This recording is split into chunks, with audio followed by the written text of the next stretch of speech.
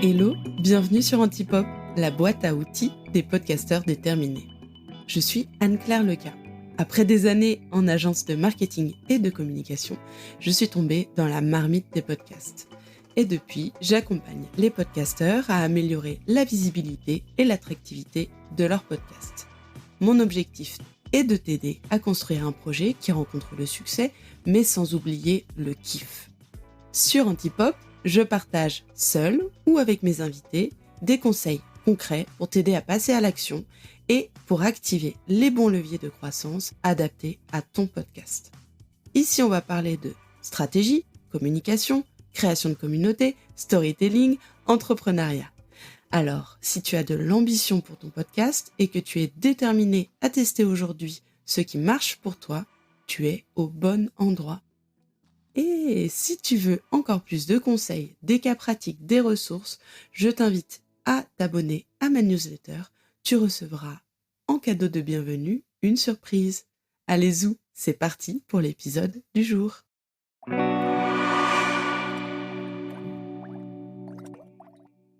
Salut Eric, bienvenue sur Antipop. Je suis trop contente de t'accueillir aujourd'hui. Salut Anne-Claire, merci beaucoup pour l'invite, c'est super sympa d'avoir pensé à moi. Bah, je t'en prie, dès que j'ai découvert ton travail sur LinkedIn, j'ai vu plein de choses qui m'ont vachement intéressée, j'ai creusé et ce qui a fait un peu un déclic, c'est quand j'ai vu, mais on en parlera plus tard, une interview d'une personne que je connais sur un de tes podcasts et j'ai vu tout l'envers du décor parce que je connais cette personne et j'ai vu le talent que tu avais et que tu appliquais à ton podcast. Mais ça, les gens, ils sauront quel est ton talent en deuxième partie. Petit teasing. Est-ce que tu peux te présenter, me dire qui t'es dans la vie et aussi personnellement, professionnellement, et pourquoi tu as lancé ton podcast? Yes, bah écoute, encore une fois, merci pour l'invitation. Donc je m'appelle Eric, j'ai 32 ans et j'ai deux manières d'occuper ma semaine aujourd'hui. La première, c'est mon activité de freelance en marketing et plus particulièrement en copywriting. Et ensuite, l'autre, je dirais, side à côté, c'est animer mon podcast, donc SaaS Club, qui est un podcast que j'anime depuis 2 ans et qui s'intéresse, aux belles histoires, des startups françaises, du logiciel. Et on a lancé aussi un autre podcast dernièrement avec, le média, Tribes, que tu connais peut-être, donc qui s'appelle Start to Scale. Là, encore une fois, c'est, un podcast, qui va à la rencontre de C-level, de CEO dans l'univers de la startup. Et pourquoi j'ai lancé, SaaS Club? Pour répondre à ta question, donc en fait, c'est assez drôle. Pendant 6 ans, je travaillais en banque d'affaires et j'accompagnais, des boîtes, de la tech, principalement des éditeurs de logiciels. Et un jour, j'ai démissionné. Sauf que c'était juste avant le covid. Voilà, je suis parti sans rien, c'était juste avant le covid et j'étais chez moi, comme beaucoup de personnes, et j'ai commencé à écouter beaucoup de podcasts, chose que je ne faisais pas avant. En fait, je voyais les podcasts, pousser ici et là sur, les plateformes, de streaming. Et à un moment donné, je me suis dit: «Bon, faut quand même que je me mette à écouter ce fameux Génération Do It Yourself», dont tout le monde parle. Je voyais la vignette en permanence et je me suis dit: on commence à binger un peu le podcast». Et petit à petit, j'ai commencé également à m'intéresser à d'autres podcasts, aussi américains. Jusqu'au jour où, en fait, tu as Mathieu Stéphanie qui lance sa masterclass, pour, lancer un podcast. Et là, je me suis dit: pourquoi pas?» Et j'ai tout simplement acheté, la masterclass. Je crois que c'était en janvier 2021. Et derrière, le premier épisode de SaaS Club est sorti en avril 2021. Génial. Donc tu fais partie de la génération Covid des podcasteurs. J'ai beaucoup, de potes, podcasteurs, podcasteuses qui en font partie et c'est vrai que ça a été un gros déclic, pour, pas mal de créateurs de contenu, ce Covid.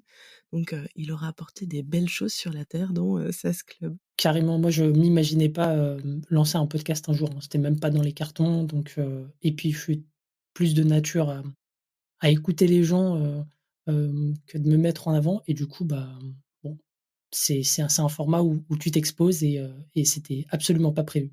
L'occasion fait le larron. Aujourd'hui, SaaS Club, donc tu interviews, c'est un podcast d'interview, tu interviews, des personnalités de la tech, notamment qui travaillent pour des entreprises SaaS. quelle est la place que tu as imaginée au départ pour ton podcast par rapport à ton activité? Parce qu'on a vu qu'il y avait une continuité entre ta carrière précédente, ton activité de freelance et le sujet de ton podcast. Comment est-ce que tu l'avais imaginé au départ et comment 80 épisodes plus tard, et cette place évolue? Je suis intéressée de savoir quelle est, cette évolution. Alors c'est une bonne question. Quelle est la place? En fait, c'est simple, j'y suis beaucoup allé au feeling, au final, avec un petit peu de recul. Le constat au moment de lancer le podcast, il était simple. Il y avait pas de podcast, en fait, sur le SaaS en France. J'étais plus dans le quotidien, tu vois? Avant, j'échangeais continuellement avec des entrepreneurs, de la tech et puis du jour au lendemain, en fait, comme j'avais quitté mon job, j'avais plus ce contact et j'avais plus, la capacité de satisfaire ma volonté d'apprendre, tu vois, sur le sujet et donc je me suis dit: «Bah, je vais lancer un podcast déjà pour, continuer de grandir sur le sujet et également d'être visible». Donc en fait, le seul, on va dire, calcul que j'ai fait, c'était de me dire, bah, en fait, il faut que, je prenne cette place-là et ensuite on verra bien où ça me mène, en fait. Donc tu t'es dit, tu as vu une opportunité encore, intuitivement, tu t'es dit: c'est un sujet qui m'intéresse, j'ai eu l'habitude de travailler avec des acteurs, SaaS, j'ai envie de continuer à développer ce réseau. Je vois rien qui existe, sur le marché du podcast qui répond à cette envie. Bon, bah, c'est parti et c'est pour aussi pour nourrir, du coup, ton envie de progresser, de connaître des personnes, OK. Aujourd'hui, quand on va sur ton profil LinkedIn, il y a à peu près à égalité SaaS Club et ton activité de copywriter. Je serais curieuse que tu développes un peu quel est, le système que tu as créé entre ton activité de freelance et ton podcast? Comment est-ce qu'ils se nourrissent? Est-ce que c'est ton activité de freelance qui nourrit le podcast, vice versa? Et comment est-ce que quel est aussi le rôle du podcast par rapport à ton activité? Moi, je pense qu'aujourd'hui, le lien, il se fait essentiellement sur, LinkedIn parce qu'en fait, mes clients ne sont pas forcément les personnes que je vais interviewer. Des fois, c'est, leur audience, tout simplement et pour moi, le podcast, c'est pas un moyen de prospecter, c'est déjà un moyen d'établir une relation, d'apprendre à connaître, une boîte, son histoire et parfois, bah, il y a des connexions qui se font et des fois, pas du tout.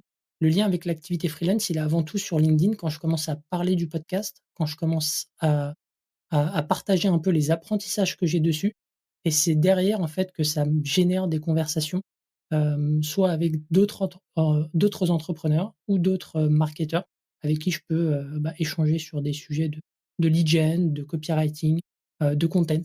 Donc aujourd'hui, c'est principalement comme ça. Il y a pas de boucle, on va dire, très claire, mais pour moi, c'est déjà, créer du contenu pour mon audience à travers le podcast et ensuite le diffuser sur LinkedIn et à partir de là, c'est comme ça que la machine se met en marche. Mais ça a mis du temps, hein. Pour le coup, pour générer, je dirais, du lead, ce qui n'était pas l'objectif principal. C'est plutôt, la cerise sur le gâteau. Ça a mis quand même un petit peu de temps. Je pense que les 1ers leads sont venus au bout de 6 à 8 mois et aujourd'hui, je dirais, c'est peut-être, je quantifie pas, mais peut-être deux à 3 par mois via le podcast. C'est seulement maintenant, tu vois, après, quasiment 2 ans, que j'ai des auditeurs qui viennent me voir en me disant: «Bah, j'ai peut-être un truc, à te proposer. Est-ce que tu es dispo?» Donc si je récapitule, initialement, ce podcast, c'est pour, te former, connaître des gens. Ça t'a permis aussi, de connaître, mieux, tes clients et tes personas parce que comme tu es copywriter pour, les entreprises du SaaS, de discuter tant d'heures avec des gens qui en font partie, ça c'est en phase avec, une phase de recherche utilisateur qu'on fait souvent en copywriting. J'imagine que c'est ça t'alimente aussi en matière et en perception fine, des personnes à qui tu t'adresses. Sur LinkedIn, ça t'a permis aussi de créer un réseau, de créer des conversations et après, bah, 80 épisodes, il y a le podcast joue un rôle d'acquisition de leads, donc de clients potentiels pour ton activité à, environ, 2-3, par mois. Je comprends. C'est ça et en fait, c'est un peu tu vois, la stratégie, tofu pour moi, le podcast, c'est mon tofu. C'est plutôt, mon outil de découvrabilité. C'est absolument pas là où je mets en avant mon expertise. Je ne parle pas de copywriting, je parle évidemment un peu de marketing, mais c'est pas, je me mets pas en avant en tant que freelance dedans, hormis dans le pré-roll, enfin, hormis dans l'intro et dans l'outro, mais sinon, en fait, j'aborde pas ces questions-là.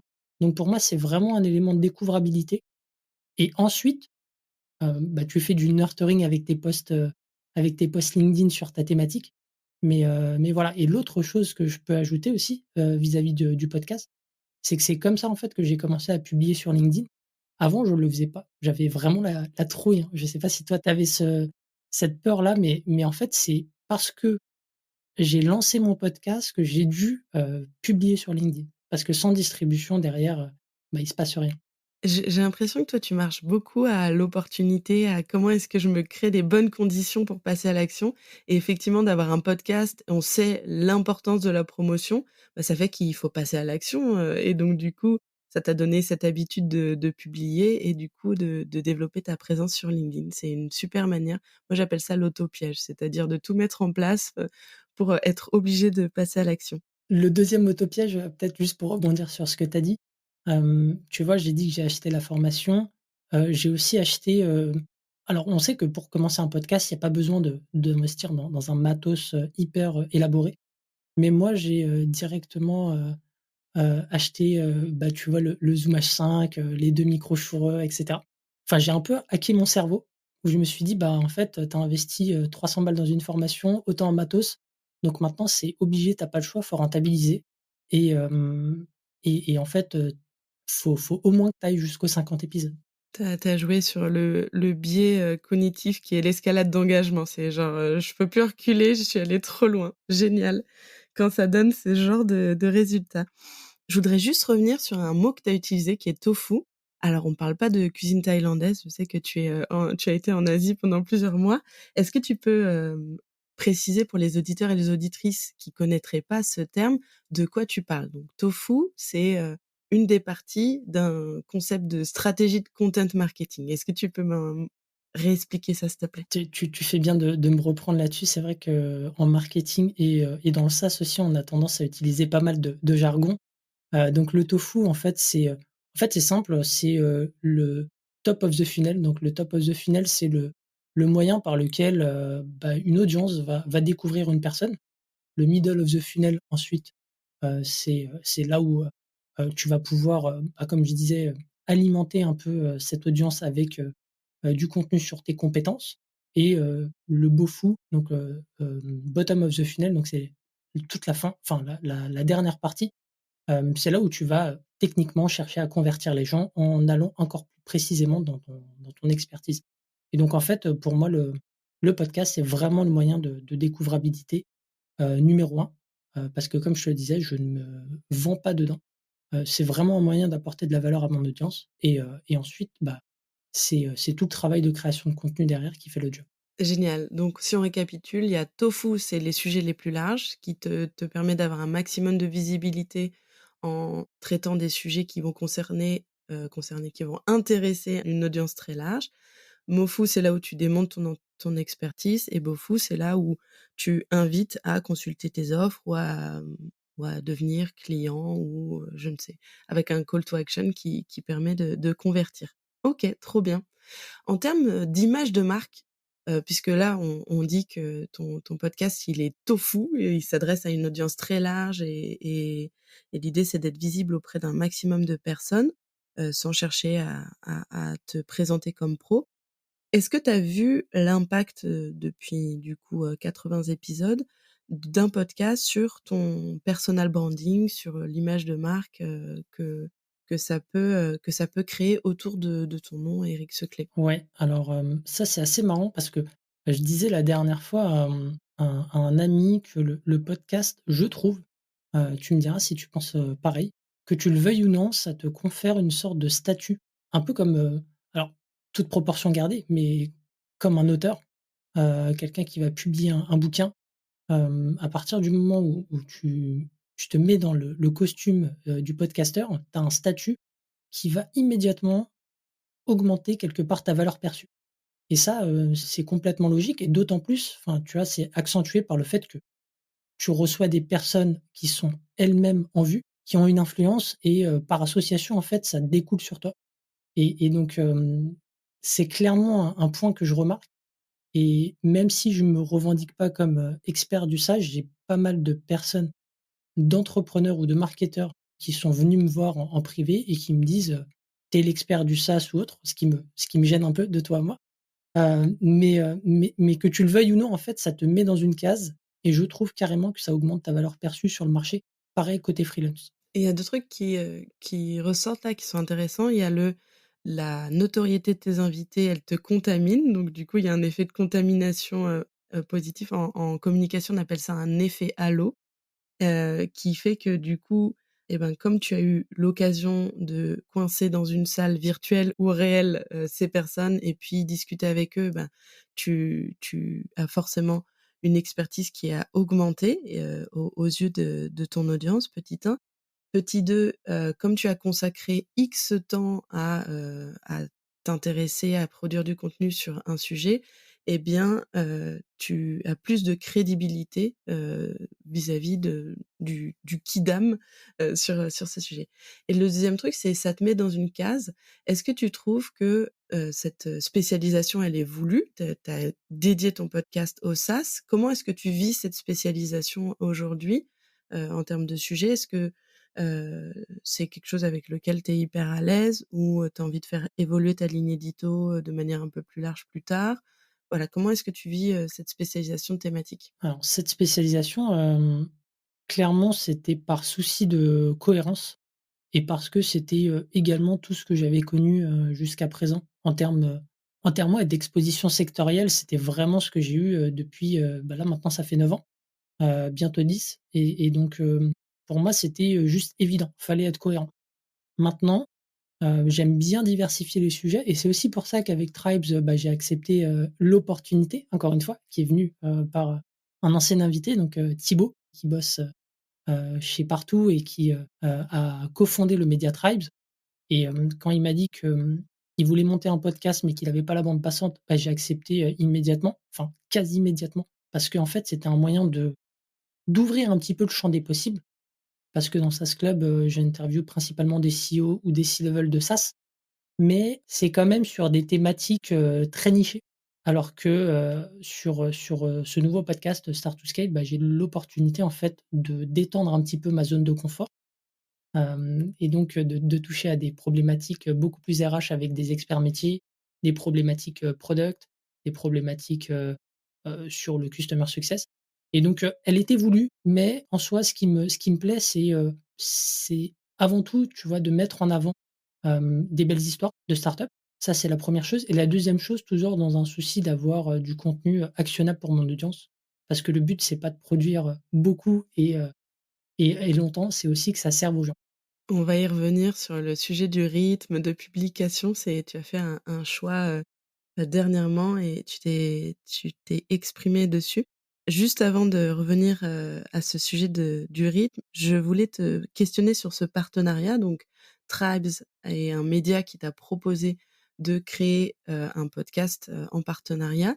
C'est une opportunité qui s'est créée par ton réseau. Donc là, on voit aussi, comment est-ce que, le réseau peut créer, des choses assez étonnantes.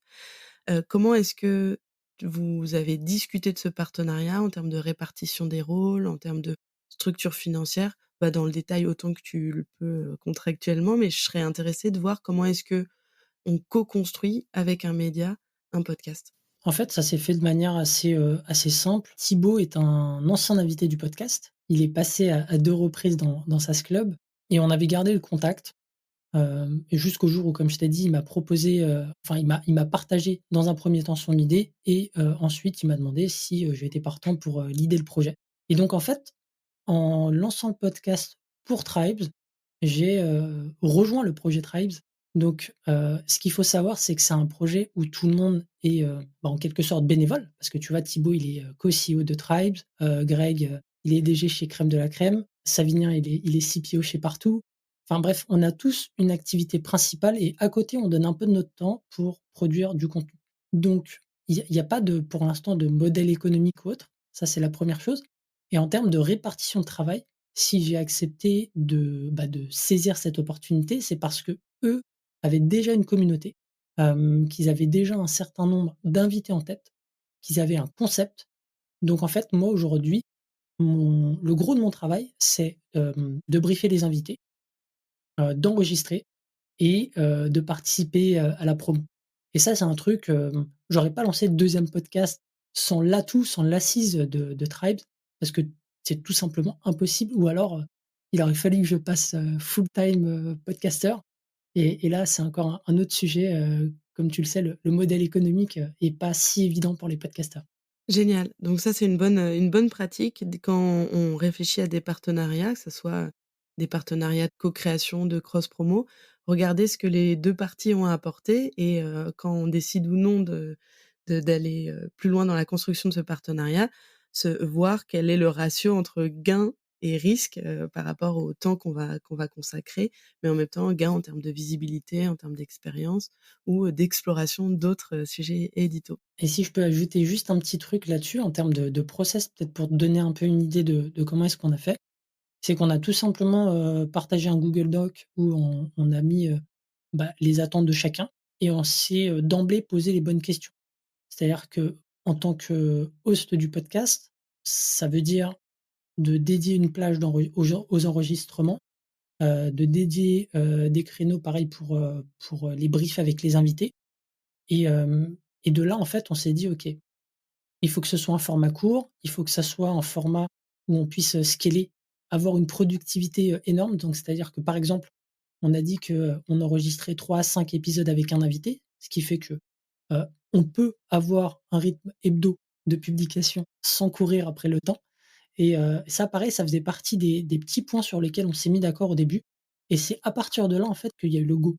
C'est-à-dire qu'on a défini un peu nos contraintes, nos attentes et ensuite, quand on était OK sur le concept, sur tout ça, on s'est dit: «Bon, bah, c'est parti». Hyper important, je suis fan du cadre à chaque fois que je me lance dans un nouveau projet, dans une nouvelle collaboration et tout, de vraiment définir le cadre de qu'est-ce qui est important pour moi, dans quelles conditions je suis prête à faire ce projet et tout et c'est une super, bonne pratique que tu viens de partager.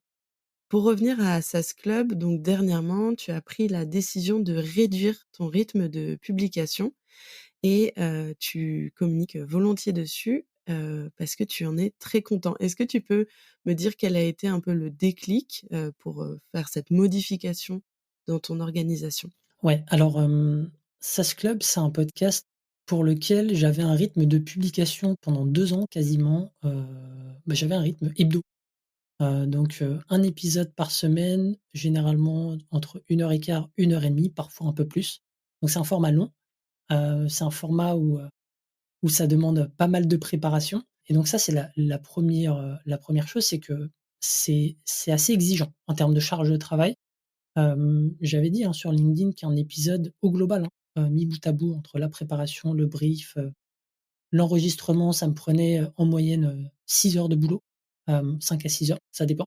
Donc produire sur ce rythme-là, c'est assez épuisant. Ça, c'est le premier point. Le deuxième point, c'est que le SaaS, ça reste une niche et je tiens à, inviter des boîtes qui ont une histoire à partager et qui sont dans une démarche, oui, de give first, pas dans une démarche promotionnelle et trouver les invités chaque semaine, pareil, ça aussi c'est pas évident. Et puis j'avais envie de passer uniquement les gens, tu vois, qui m'inspiraient. Donc voilà, je me suis posé les bonnes questions et clairement, la fatigue, la podcast fatigue, ça c'est un truc qui est vraiment, c'est pas un mythe, hein. Moi je vraiment j'ai discuté avec beaucoup de podcasteurs qui étaient à 2 doigts du burn-out, ils me l'ont dit et il y en a pas un qui s'est pas posé la question une fois d'arrêter. Mais j'avais pas envie d'arrêter et à la fin je me suis dit: «Bah Eric, qu'est-ce que tu veux? C'est pourquoi tu as lancé ce podcast? OK, tu l'as lancé pour apprendre. Est-ce que tu as toujours l'envie?» «Oui, j'ai toujours l'envie». Mais en même temps, tu vois, il y a cette pression dans le podcast de se dire: «Bah, en fait, il faut, publier chaque semaine» et moi, j'étais pas à l'aise avec ce rythme-là. Pour moi, ça me convenait pas. Je suis freelance à côté et en fait, je me suis dit: «Bon, bah, le podcast, il est installé maintenant. Ça va peut-être me faire un peu moins d'audience à l'instant T, mais si je veux durer jusqu'aux 100 épisodes, il faut peut-être que je remette en cause la fréquence». Donc là, tu as pris ta décision selon 2 critères. Tu t'es rappelé tes objectifs. Mon podcast, si, je suis là pour apprendre. Tu t'es rappelé que tu avais envie de garder du kiff, tu as jaugé ton niveau de kiff et tu t'es dit: «Quel est le niveau de qualité que je veux proposer à mon audience?» et est-ce que, ce niveau de publication, cette fréquence de publication, elle va, pas atténuer mon niveau de qualité. Et donc du coup, là, tu as pris la décision de diminuer ton rythme de publication. Tu avais peur et c'est une peur que tout le monde, ressent, quand ils veulent modifier un peu leur rythme de publication, le diminuer. Tu avais peur que les audiences, diminuent.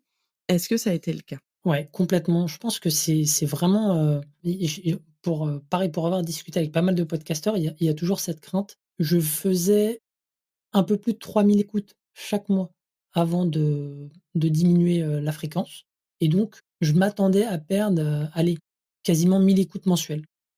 Et ce qui s'est passé, c'est que dans un premier temps, bah, forcément avec, moins de volume, j'ai dû perdre à peu près, 500 écoutes, et aujourd'hui, en tout cas sur le mois de mars, j'ai retrouvé le niveau des 3 000 écoutes, et en fait, ce qui s'est passé, c'est que, j'ai, je pense, davantage pris le temps de communiquer sur LinkedIn sur le podcast, donc à travers les posts d'annonces d'épisodes, et aussi j'ai pris le temps également de davantage partager mon quotidien de podcasteur, et je pense que ça a permis de compenser. Ça, c'est capital ce que tu viens de dire.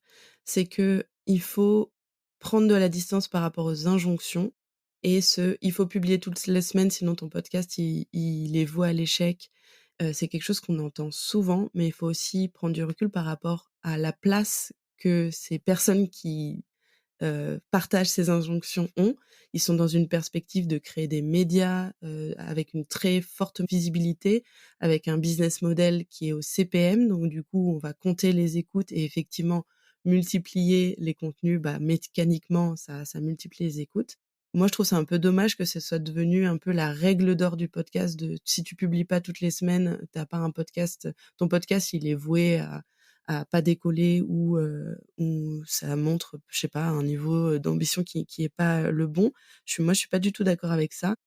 Ce que tu as partagé, c'est capital, c'est que diminuer sa fréquence de publication, si ça répond à nos objectifs, si ça répond à voilà, aux critères qu'on a listés, ça permet de dégager du temps pour des choses qui sont importantes et qui sont pas urgentes. Aujourd'hui, dès qu'on a un podcast, on a une liste longue comme, nos 2 bras, de choses à faire en termes de production, de création d'éléments pour la communication. Si on diminue un peu la publication, on a plus de temps pour faire des choses qui sont importantes, réfléchir à la stratégie, créer des partenariats, mettre en valeur davantage notre contenu et pour moi, c'est souvent une bonne décision pour un peu sortir de la roue du hamster et faire en sorte de valoriser son travail, de créer quelque chose de qualité plutôt que, bah, d'entasser les épisodes qu'on n'a pas le temps de promouvoir. C'est clair, on peut vite se mettre dans le dur, hein, dans le podcast. Après, avec le recul, je suis pas mécontent d'avoir commencé sur une fréquence, hebdo, parce que ça m'a permis de progresser assez rapidement en tant que podcasteur, et de me mettre en confiance, parce qu'encore une fois, moi je suis plutôt d'un tempérament introverti, et m'exposer comme ça, c'est pas si évident. Donc ça a été quand même une bonne chose. Maintenant, je pense qu'après il faut savoir s'écouter, et comme tu l'as dit, se poser la question de la place du podcast dans notre quotidien, et à partir de là, bah, se dire: «OK, est-ce que, en fait, j'ai vocation à être, podcasteur full-time, oui, non?» et de prendre la décision, de la fréquence qui convient le mieux, en fait. Génial, je suis tout à fait d'accord avec ça. Donc ton métier au quotidien, c'est d'être freelance dans le copywriting. Est-ce que tu peux, expliquer en quelques phrases qu'est-ce que c'est le copywriting? Ouais, alors le copywriter, alors il y a pas mal de définitions, mais je pense que c'est de mener, bon, déjà c'est de capter l'attention, mais surtout, dans un but qui est de d'amener la personne à passer à l'action. Le passage à l'action, ça peut être, un like, ça peut être, un clic sur un site web, un achat, sur un e-commerce, peu importe. L'idée, c'est d'une part de capter l'attention, et ensuite de rediriger cette attention vers une action. Pour moi, c'est principalement ça. C'est un commercial, mais à l'écrit. Donc c'est une façon de créer un texte, de le penser et ensuite de le mettre en mots pour que, quand on lise, la personne, elle ressente les bonnes émotions et les bons messages pour, faire l'action qu'on lui propose. Trop bien. Au début de l'interview, je parlais de la fois où j'ai eu un peu ce déclic. Je me suis dit: «Je veux absolument avoir, une conversation avec Eric» parce que, j'ai lu la description et j'ai aussi écouté, l'interview que tu as faite avec, André de Happy Scribe et je connais André, par ailleurs. un peu son histoire et néanmoins, j'ai été bluffée de la manière dont tu avais réussi à mettre en mots et créer une histoire et de l'attention autour du parcours d'André, notamment dans la description de l'épisode et j'ai trouvé ça, super bien parce que, bah, comme j'ai les coulisses un peu de l'histoire et j'ai vu, ton talent. Aujourd'hui, tu utilises cette compétence, professionnelle sur ton podcast. Est-ce que tu peux un peu expliquer, comment est-ce que tu réfléchis à ton épisode? Peut-être en termes d'enregistrement, de conduite d'interview, mais aussi de comment tu vas le raconter dans la communication. Comment est-ce que tu construis ton histoire, aujourd'hui? Ouais, alors, je sais pas si sur la on va dire la construction, la préparation de l'épisode, ça fait appel à des compétences de copywriting. C'est vrai que je les travaille beaucoup. En fait, ce que j'ai fait au début de SAS Club, c'est de définir une, structure type d'épisode et surtout, je fais en sorte de co-construire les épisodes avec les invités. Donc ce que je fais, c'est, un briefing avec, l'invité où, en amont, il sait qu'il va devoir réfléchir à 2 ou 3 sujets dont on va pouvoir parler et lorsqu'on se parle le jour J, on discute un peu de ces 3 sujets et de manière à déterminer des angles. Ce qui fait qu'en fait, à chaque fois que j'arrive, dans un enregistrement, j'ai un fil conducteur et je sais à peu près, ce qu'on va dire, je le partage à l'invité et ça, en fait, ça me donne déjà un angle pour l'épisode qui m'aide derrière dans la rédaction, du post LinkedIn, de la description. Donc c'est un peu comme ça que je m'y prends. Je ne sais pas si j'ai répondu à ta question ou si, j'ai oublié un élément? Non, non, ça me semble clair. Donc tu réfléchis à une structure que tu co-construis avec ton invité. J'imagine ça lui permet d'être plus à l'aise et d'entrer, plus dans les détails aussi et d'avoir ce côté, fluide de la conversation et ensuite ce fil rouge, ça te permet, de construire la communication et les éléments de promotion autour de ton épisode. Une fois que tu as ton épisode, ton MP3, ton fichier MP3, que tu l'as mis, sur ton hébergeur, il faut rédiger la description et il faut trouver, le titre. Est-ce que tu as des étapes par lesquelles tu passes? Je sais pas, des frameworks donc, ou des formules AIDA, et cetera, que tu utilises pour structurer à la fois le titre et la description, de tes épisodes? Ouais, Aïda, on va en reparler. Après, je pense que c'est principalement pour, LinkedIn ça. Mais, en fait, déjà les descriptifs des épisodes, je les ai écrits immédiatement après l'enregistrement. Chose que je ne faisais pas avant. Avant, j'ai réécouté tout l'épisode en entier et donc, ça me reprenait, encore 1 heure. C'était assez chronophage et donc j'ai arrêté. Maintenant, j'écris le descriptif directement après. Donc quand j'ai les idées encore fraîches, j'ai d'autant plus les idées, claires que pendant l'épisode, je prends des petites notes sur, un peu les highlights de l'enregistrement et donc je pars du titre. En fait, comme j'ai déjà un angle pour mon épisode, mon titre généralement, il est déjà orienté. Après, pour moi, il faut que le titre, il soit représentatif de l'épisode, et surtout qu'il inclut des éléments, tangibles. Donc ce que j'essaye de faire généralement, c'est d'inclure un chiffre, un fait marquant et je fais 2 à 3 itérations dessus. Et par exemple, bah, pour, Happy Scribe, le titre, je crois que c'était, bootstrapper, sa première re start-up à 4 000 000 d'ARR après ses études. Donc bon, il y a un petit peu de jargon, tu m'excuses, mais c'est le jargon du SaaS et du coup, bah, le fait de d'autofinancer sa boîte aujourd'hui, c'est quelque chose qui, je sais, est, de plus en plus attractif et qui intéresse les gens. Donc je savais que ça, c'était un élément, qui allait, faire tick. Ensuite, 4 000 000 c'est assez impressionnant dans le secteur, en tout cas en France et donc je me suis dit: «OK, j'ai un élément également tangible» et après ces études, pareil, je trouvais ça, intéressant. Donc en fait, j'essaye de voir un petit peu sur quoi les gens ils vont cliquer et d'amener, le plus de concret possible à ce titre, tout en essayant de produire quelque chose qui soit représentatif de l'épisode. OK. Est-ce que tu vas réfléchir donc là, tu réfléchis en termes d'histoire, des éléments d'intérêt, des mots qui créent voilà, de la curiosité et un teasing par rapport à ton audience et par rapport à la culture de ton audience qui l'intéresse et ces éléments de vocabulaire.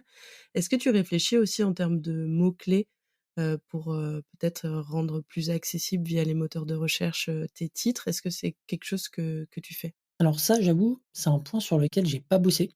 Je suis pas très, SEO et c'est peut-être un axe de développement. Je vois de plus en plus de podcasteurs faire des articles SEO et moi, c'est quelque chose que je n'ai pas fait aujourd'hui. Donc pour moi, les mots-clés, c'est un peu les mots-clés, ils vont avant tout être dans le titre, et aussi les hashtags, employés sur Ocha, la catégorie aussi, dans laquelle tu vas, mettre ton podcast. Donc moi, c'est principalement, là-dessus que je joue et ensuite, sur le descriptif de l'épisode que j'écris, j'essaye à chaque fois, en fait, d'en dégager 3 à 4 apprentissages. Pour moi, c'est un peu les 3 à 4 raisons pour lesquelles, mon audience doit écouter, cet épisode. Donc comme je prépare bien en amont, généralement, j'ai 2 à 3 apprentissages faciles, en partant de mes questions et ensuite je rentre un peu dans le spécifique. Quand je dis rentrer dans le spécifique, c'est axer, les apprentissages sur le pourquoi et le comment. Par exemple, pour Happyscribe, j'avais mis quelque chose comme, les 3 méthodes pour, fixer son pricing. Ça, je sais que c'est un sujet qui va, intéresser beaucoup d'entrepreneurs dans le SaaS, beaucoup de marketeurs. J'ai également quantifié, la promesse comme ça, je mets bout à bout 3 à 4 apprentissages qui vont me resservir. Je fais un copier-coller de ces apprentissages-là pour mon post LinkedIn. Donc c'est un peu comme ça que je fonctionne. Les mots-clés, ils sont, dans les 3 à 4 raisons d'écouter l'épisode plutôt que dans, des articles, pensés pour le SEO. Génial.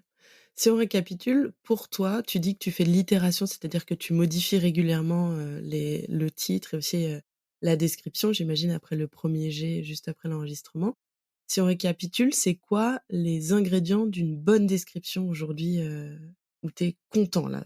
Et je m'inspire du framework, AIDA, comme tu l'as dit. Donc AIDA, c'est un framework, en copywriting qui permet d'écrire plus facilement, un peu, comme, la structure qu'on vous donne en dissert, au lycée. Bah, là, AIDA, c'est, pour l'attention, I pour intérêt, D pour désir, A pour action et je pense que le plus important, c'est, avant tout l'accroche. C'est la manière, en fait, dont on va, attirer la curiosité d'une personne, que ce soit sur les plateformes de streaming ou sur LinkedIn. On est, happé par une quantité, incroyable de contenu par exemple dans le cas d'Happyscribe et ça, c'est aussi un pattern que j'ai identifié sur LinkedIn, c'est que, les gens sont de plus en plus sensibles aux histoires et pour Happyscribe, j'étais parti exactement là-dessus. Donc je pars de l'histoire.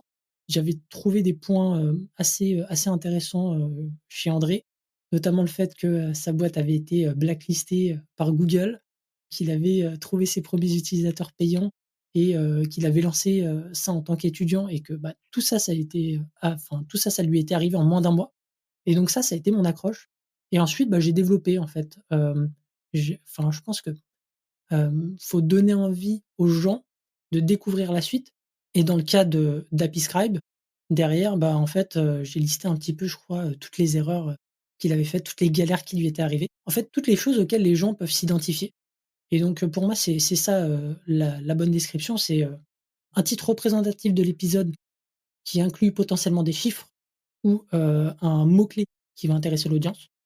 Ensuite, une histoire puis 3 à 4 éléments qui vont donner une bonne raison, à l'audience d'écouter l'épisode et à la fin, le call to action, c'est plutôt, dans le cas de LinkedIn, de laisser un like ou un commentaire et dans le cas de la description de podcast, de laisser une note. Donc c'est un peu ça, pour moi, les ingrédients aujourd'hui.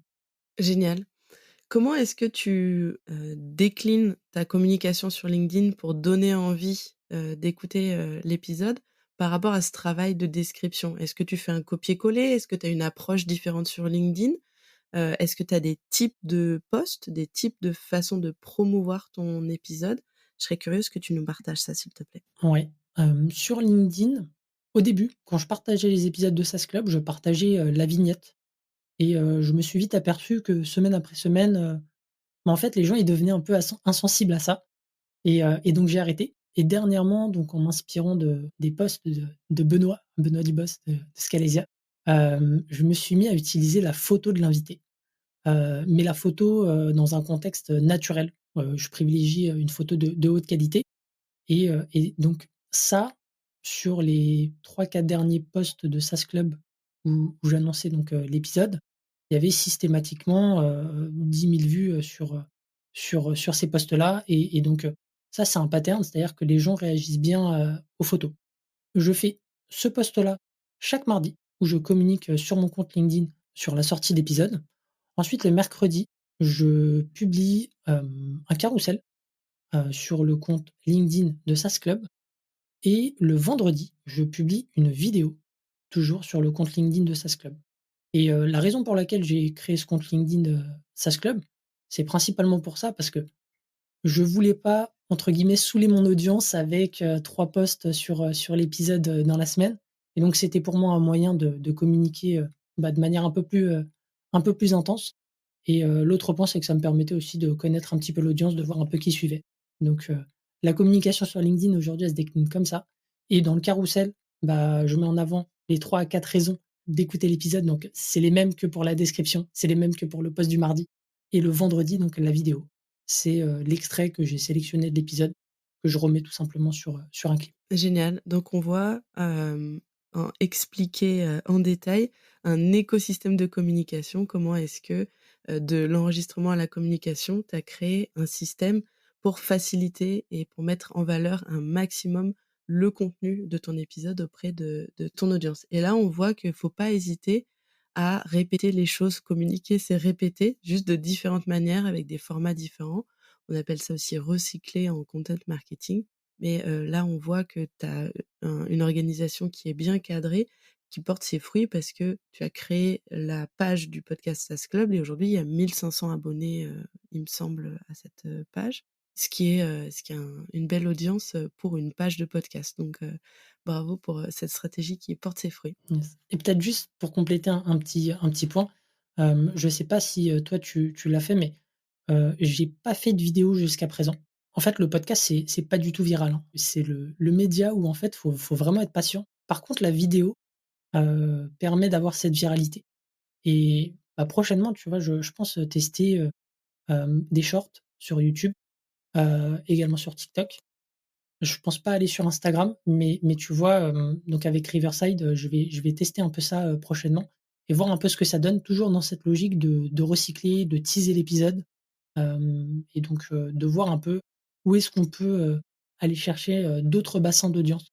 Donc je pense qu'il faut aussi continuer, de tester et en tout cas trouver un système qui soit pas trop chronophage pour, réussir à capter d'autres, audiences. Ouais, ce qui est intéressant dans ce que tu dis, c'est que là, ces vidéos, short et sur, TikTok et sur, YouTube, en fait, ça vient être une pièce qui vient se compléter ton système existant. C'est pas quelque chose de complètement, différent ou tu es pas en train de t'éparpiller.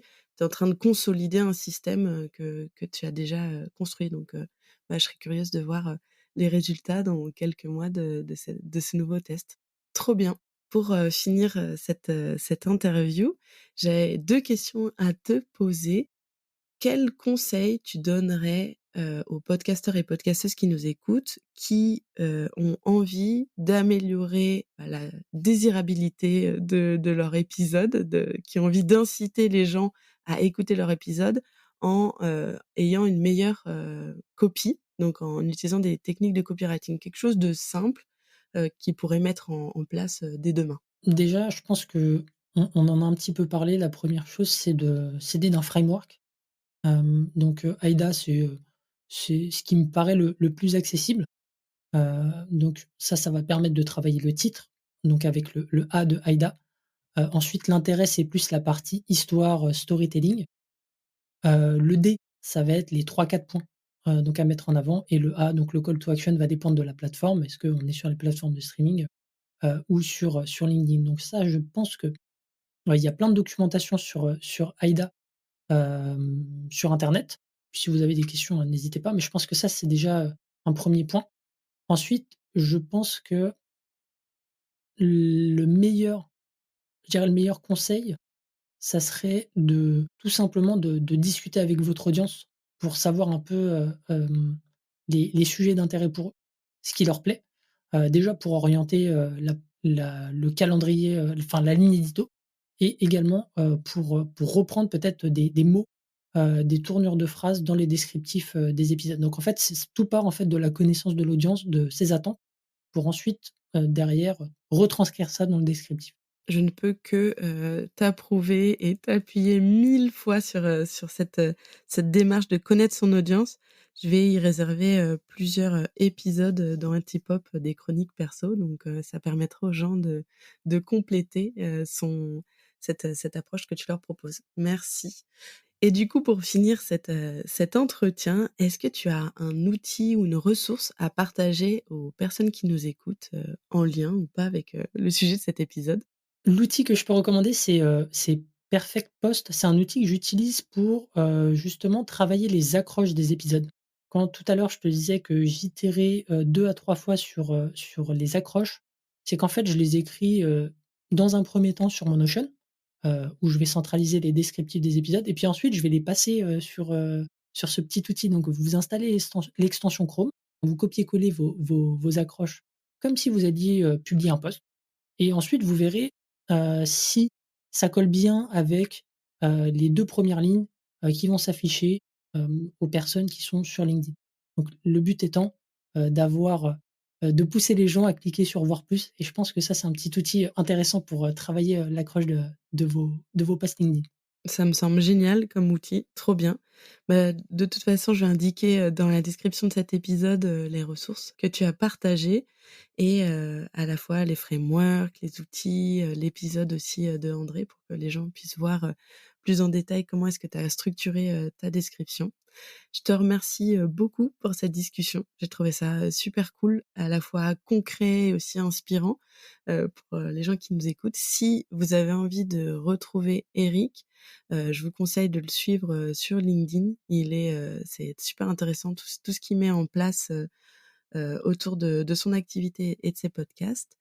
Et si vous avez envie de nous partager, vos progrès, grâce, à ces techniques de copywriting, n'hésitez pas à venir nous voir.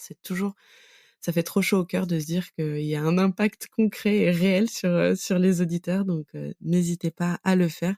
Je sais que Eric aussi, tu encourages souvent, à dire: «Il y a une vraie personne derrière ce podcast, n'hésitez pas à venir me voir». C'est ça, complètement, avec grand plaisir, hein, pour répondre, aux questions s'il y en a. Je te souhaite une très bonne journée et à très vite. Merci Anne-Claire, c'était cool. À très vite. Merci beaucoup d'avoir écouté cet épisode jusqu'au bout. J'espère qu'il t'a plu et qu'il t'a été utile. Pour encore plus de conseils, je t'invite à t'inscrire à ma newsletter. Et si c'est déjà fait, viens partager avec moi sur Instagram ou sur LinkedIn les idées que ce podcast a inspirées. On se retrouve tout bientôt pour un nouvel épisode.